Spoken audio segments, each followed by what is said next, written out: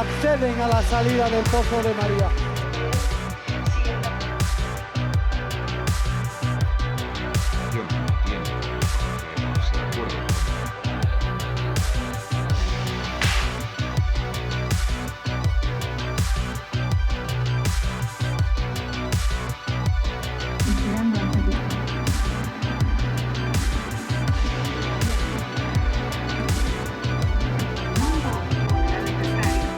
¿Qué tal? Bienvenidos. Hoy estamos a punto de ver el segundo capítulo de la serie Aires de León, dedicado a Riaño y sus valles.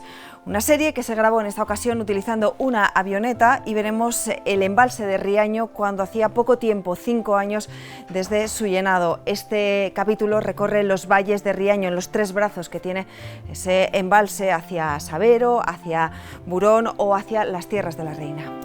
El año 93 nos deja imágenes espectaculares de Riaño, de un Riaño nuevo en construcción, de ese Riaño nuevo, de casas prefabricadas para aquellos que habían perdido las suyas bajo el agua y cuando todavía no se habían construido las nuevas viviendas. Veremos imágenes aéreas y muy bonitas de monumentos que siguen estando exactamente igual, afortunadamente, como la Catedral de la Montaña en Lois o el Santuario de la Virgen de Velilla en la Mata de Monteagudo.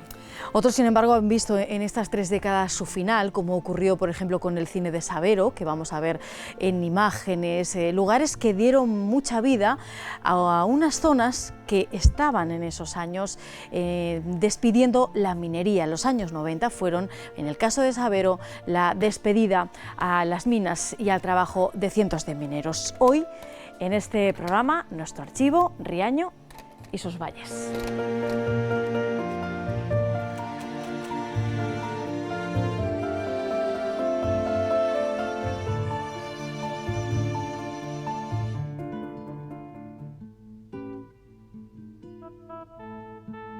León, como viejo luchador que es, tiene el cuerpo cubierto de cicatrices. León, con sus 2 milenios de historia, ha tenido que soportar largos pulsos, no siempre nobles. A León le han puesto contra las cuerdas muchas veces, pero siempre ha ido saliendo adelante. Para los políticos nacionales, León parece haber tenido la importancia más o menos de un islote polinésico.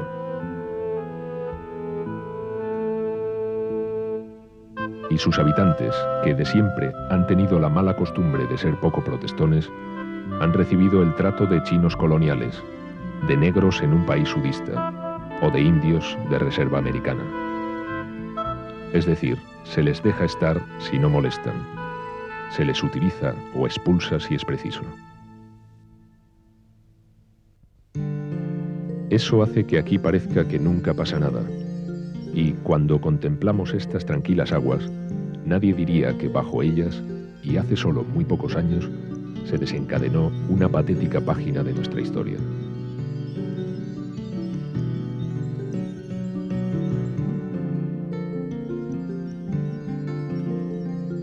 Aquí, en el valle de Riaño, se enfrentaron los leoneses del norte, que se quedaban sin casa, y los del sur, que querían agua para regar sus campos.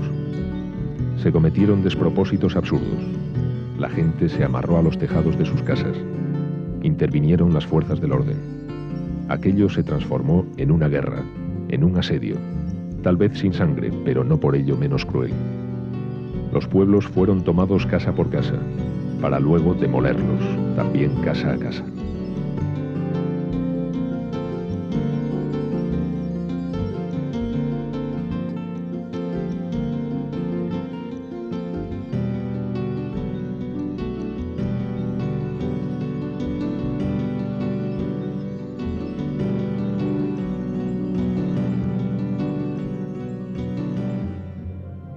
Fue una guerra probablemente sin ganadores.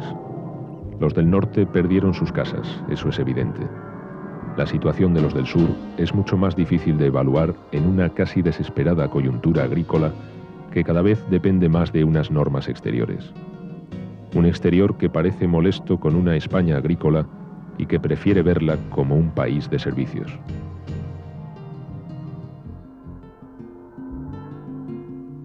Ahora, de todo aquel barullo, parece no quedar nada más que el recuerdo de los que aquello vivieron. de los que, desde su casa prefabricada, esperan aún construirse una más sólida, tal vez como la que las excavadoras derribaron y cuyo solar el pantano se tragó.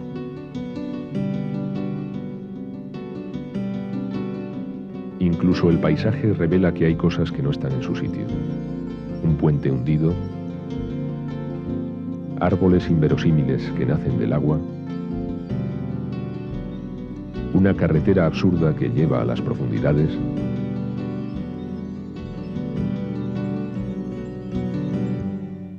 o una cigüeña que anida en medio del pantano, en lo alto de un poste, que es símbolo perfecto de una sociedad hipócrita que no duda en condenar a un valle, pero se justifica a sí misma por salvar la casa de una cigüeña.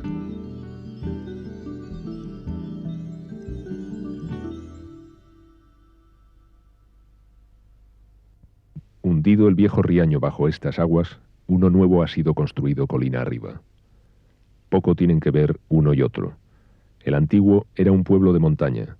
El nuevo es más bien una urbanización concebida para el turismo, artificial como una flor de plástico. No hay nada de rural en estas casas trazadas con tiralíneas que contrastan con la esbelta iglesia de Pedrosa del Rey, trasladada aquí piedra a piedra para salvarla de las aguas.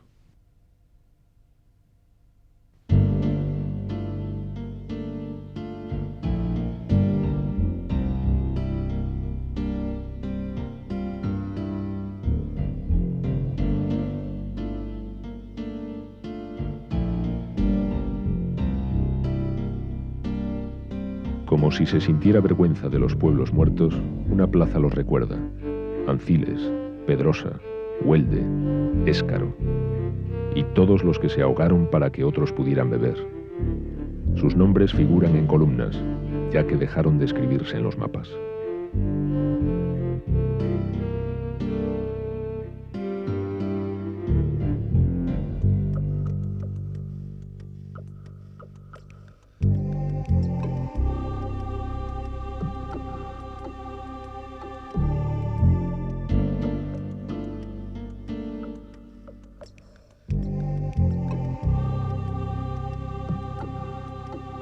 De noche, salvo algún parroquiano de las modernas cafeterías del lugar, Riaño aparece muerto.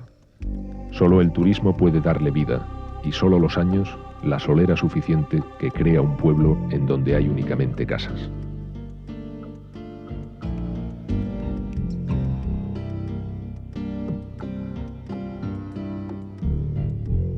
A partir de su centro, que está en el mismo Riaño, el pantano presenta tres largos brazos que se prolongan más o menos al norte, al este y al sur.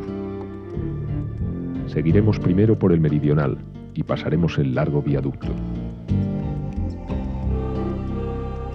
Enseguida se nos presenta la pirámide del Gilbo, montaña de inconfundible silueta que encajona el valle en dirección a las Peñas Pintas. En su formidable mole de roca caliza se apoya la compuerta.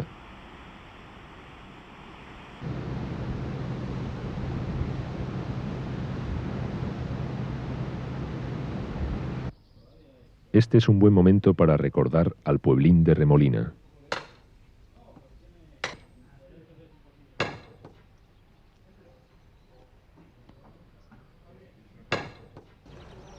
Aguas abajo, Las Salas mira de nuevo a Peñas Pintas y lanza un silbido de alivio al verse con los pies secos.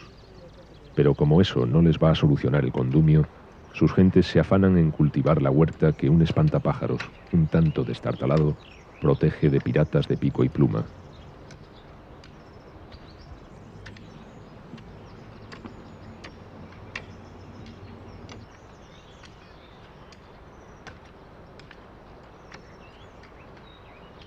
De paso, podemos observar uno de tantos pasmosos ejemplos de cómo se cuida la arquitectura tradicional leonesa. En esta provincia, en la que la preservación de las viviendas de siempre se considera tan importante como la del planeta Marte, cada cual edifica como le da la gana. Al oeste del pantano, siguiendo una carreterita lateral, se llega a un pueblo sorprendente, Lois.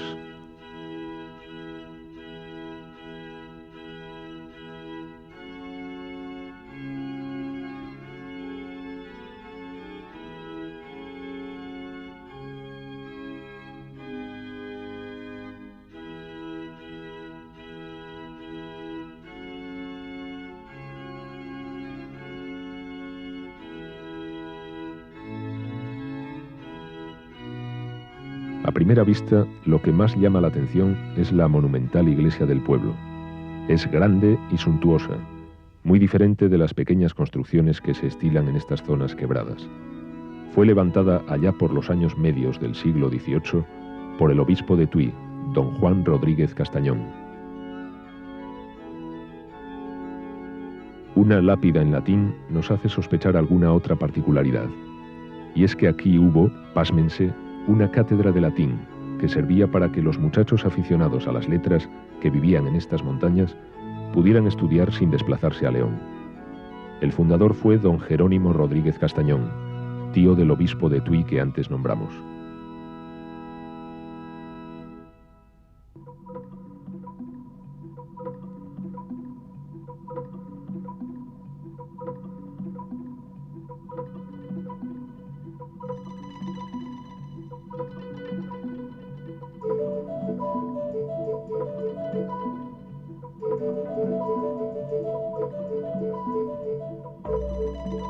Y nuestro paisano nos enseña la soberbia negrura del interior de su casa, en la que el humo ha llenado de hollín los techos. Es un recuerdo de la época en la que las viviendas no parecían quirófanos y los medios de vida eran totalmente diferentes de los actuales.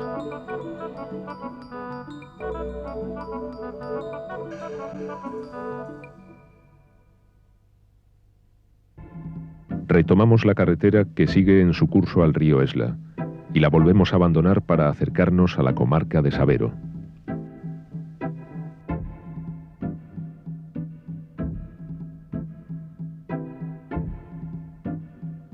Sabero es un pueblo que debe su pujanza a la minería. Sin embargo, toda esta comarca padece una enfermedad terrible. Las minas cierran y sus gentes se quedan sin trabajo. Solo se puede esperar y rezar porque surja un milagro, que tal vez no llegue nunca.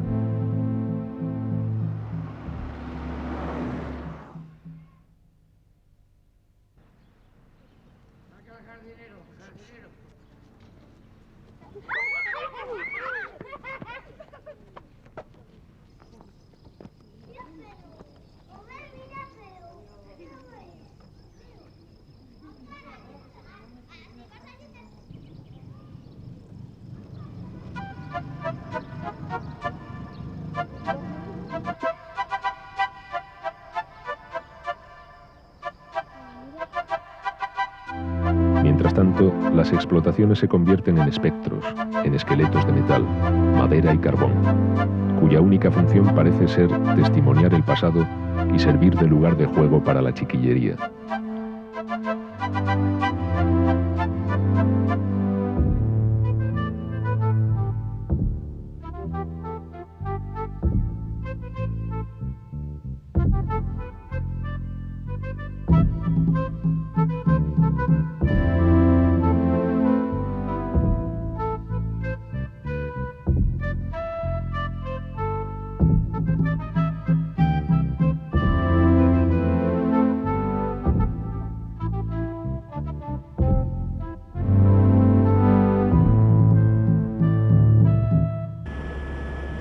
Más al sur está Cistierna, heredera de la capitalidad comarcal después de que Riaño la perdiera cuando fue condenado a muerte.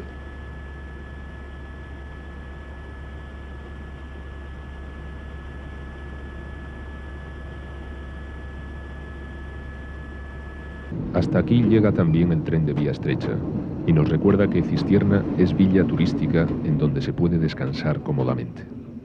Además, sirve de magnífica antesala de una de las zonas más espectaculares de toda la provincia.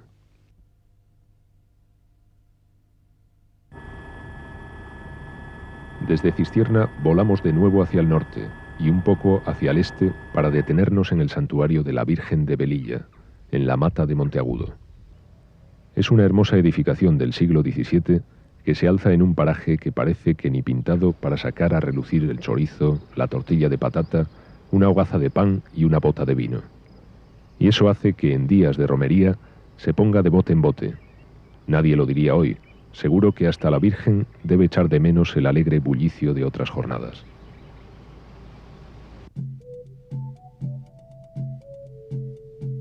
De otro salto nos plantamos en Prioro, en donde podemos encontrar una buena muestra de los hórreos que también por esta zona eran tradicionales.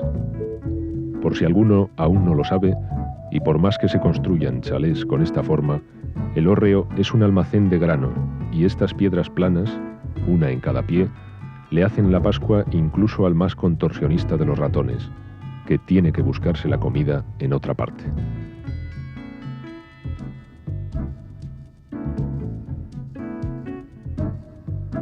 Allí cerca, en un valle escondido, está Tejerina, como perdido en el mundo. Sin darnos cuenta, hemos vuelto de nuevo a nuestro punto de salida, pues los montes que rodean al pueblo hacen collado con Remolina y con la zona sur del pantano del mismo nombre.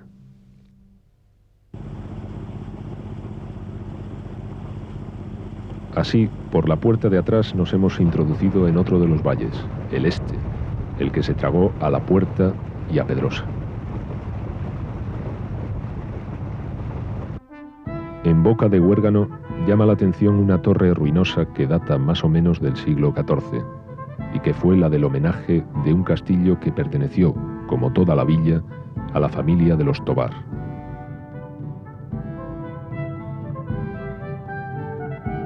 Más hacia el este y hacia el norte, siguiendo las riberas del río Yuso, se atraviesa las tierras de la Reina, Llanaves, Portilla, Barniedo, Los Espejos, todos con el mismo apellido.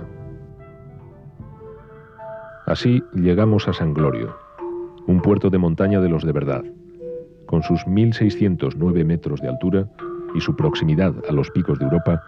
En cuanto el cielo se emploma y el frío arrecia, se vuelve intransitable por la nieve e impide el paso hacia tierras cántabras.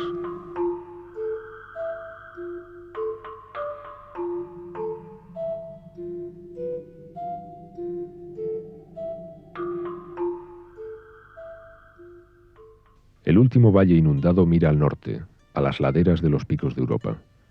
En su extremo está Liegos, un pueblo tranquilo en el que se encontró una lápida con 2 milenios de antigüedad. En ella nos encontramos el testimonio de un padre desolado por la muerte de su hija, cuando solo contaba con 19 años de edad.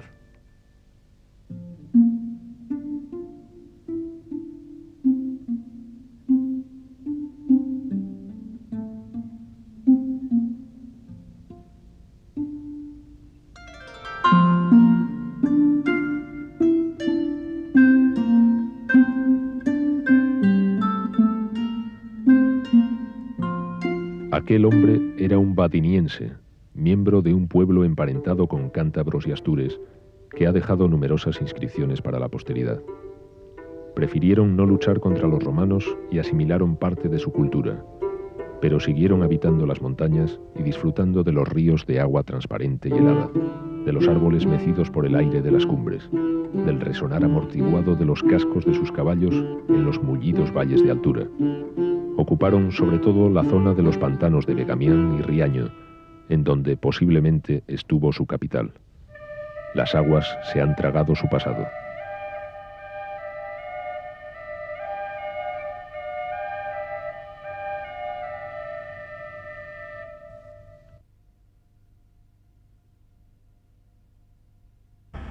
Y muy cerca de Liegos está Burón, el pueblo que se quedó entre Pinto y Valdemoro, con los pies inundados y la cabeza seca, al que le tiraron las casas de piedra y le dejaron otras prefabricadas, en donde es más duro el contraste entre el ayer y el hoy, puesto que podemos ver los dos a un tiempo.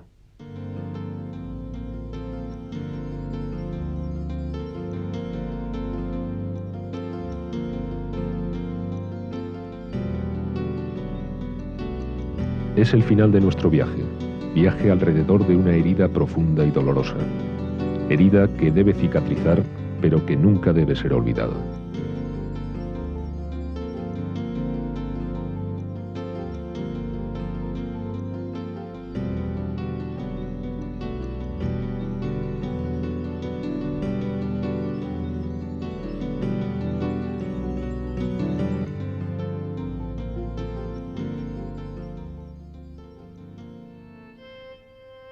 Y si un día, mucho más al sur, al probar el agua de una fuente o acequia, notamos un cierto regusto a sal, Seguro, casi seguro que en nuestra boca resbala una de tantas lágrimas que se vertieron en este valle que estuvo vivo y ahora yace muerto. Por lo menos deberemos agradecerle su sacrificio.